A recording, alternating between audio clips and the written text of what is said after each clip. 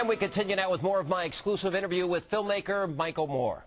You do support law enforcement, right? I mean, you're... Is this a trick question? No, yeah, I'm assuming, right? Of course. So the FBI, good guys, right? FBI? Most of them, yeah. Most of them? There are some bad eggs occasionally. Yeah, but as an institution... As an institution, sure. Okay.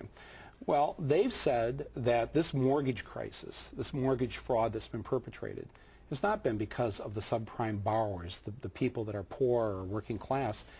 It's been caused by the banks. This is their statistic now, Sean. 80% of the mortgage fraud has been caused by the banks and the lending institutions. 80%. Everybody got greedy. I'm not going to disagree. Everybody. Wait a minute. 80%. But the government. But no. 80%. I don't necessarily know where the FBI got into the business of figuring out who did this. Well, they have a whole white-collar fraud unit, which Bush W.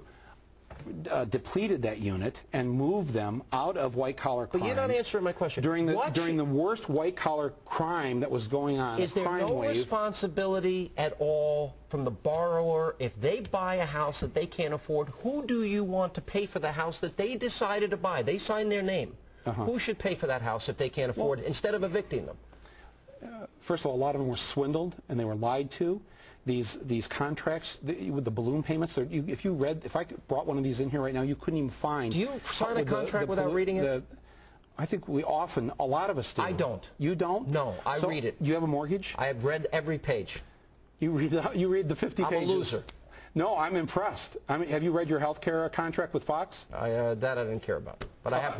Why? Because you're not going to get sick? You better read it, buddy. No, because when you get sick, there's a clause in there somewhere where they might not pay for you. If you sign a movie contract, do you read your movie contract? Yes, I read the movie contract. I have a contract for radio and TV. I've read every page of it. Yeah. So my point is, I do feel sorry for them, Michael. I really do. And if you wanted to start something... You feel sorry for the people that have been swindled? No, I feel sorry for people that... In some cases, perhaps there's some truth to it, but they also have a responsibility. Think about this. If you put your name on the dotted line in a legal document, don't you bear responsibility? These people have been deceived and they've been exploited. You know, this is like no responsibility at all for them.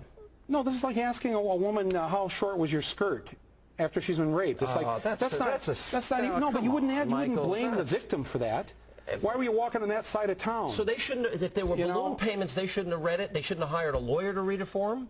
A poor person? You're not that poor if you're buying a house, Michael. You don't understand what's going on here. I was poor in my life. I lived in apartments. I couldn't even afford to pay my rent, and I would paint the apartments for my landlord. Sean, there have always been people who have lived beyond their means. We all know who they are. There's probably one in every one of our families or friends or neighbors or whatever. So if they lose their house... But they've never caused a crash of this proportion before. Right. That's because they can't. They don't have the assets and the money to be able to cause the crash that was caused by the people downtown here who were moving money around, taking bets out on money, derivatives, credit default swaps, insurance on the bet, then a bet on the insurance. That's why we ended up in this situation here. It's not. I disagree. You don't... No.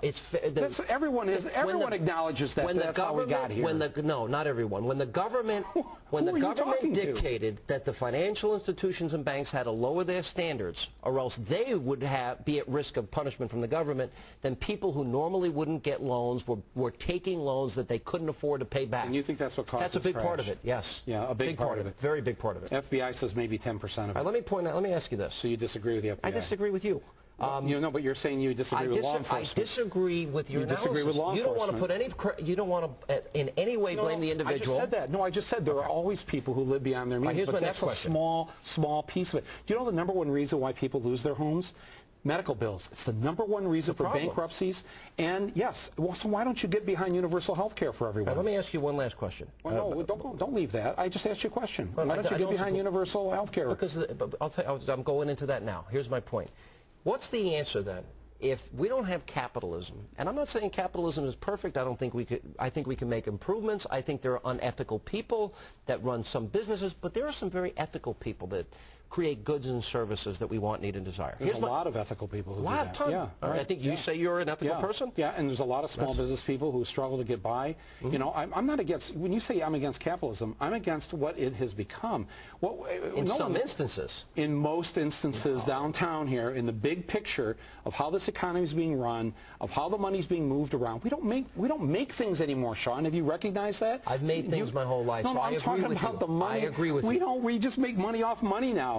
now. Some people do, and some people do it in an ethical way, and some people do it in a... But where's the stuff? Where's the next invention? Where's the thing? Where's the incentive for our young people? But they're the ones that provide these startup companies sometimes the money that gets, you know, the next new drug that's going to extend or prolong our life. They're the ones that create the goods and services that we desire every day. And coming up next...